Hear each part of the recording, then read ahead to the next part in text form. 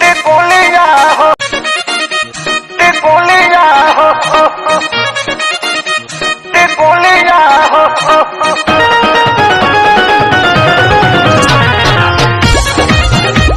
Presented by Lotus Music। अरे भूसट के बादाम कहाँ गिरल बा टूट के, अवतार मजा राजा कवना से लूट के, बोलो ना ए हो। अरे भूसट के बादाम कहाँ गिरल बा टूट के, अवतार मजा राजा कवना से लूट के।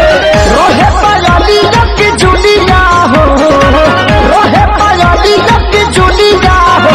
काना सवा दिन के, काना सवा दिन के सफल बाटी पुलिया हो, काना सवा दिन के सफल बाटी पुलिया हो।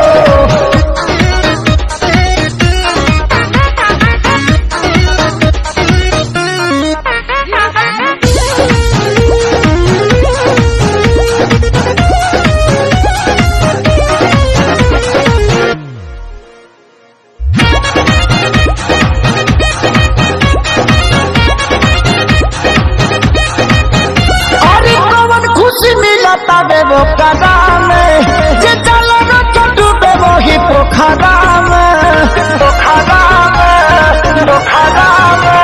अरे कौन खुशी मिला तबे वो कदा में जे चलो न डूबे वही पोखरा में। हमारा से कबो न सवाद लेला हो, खेतवा में हमारा न खाद देला हो।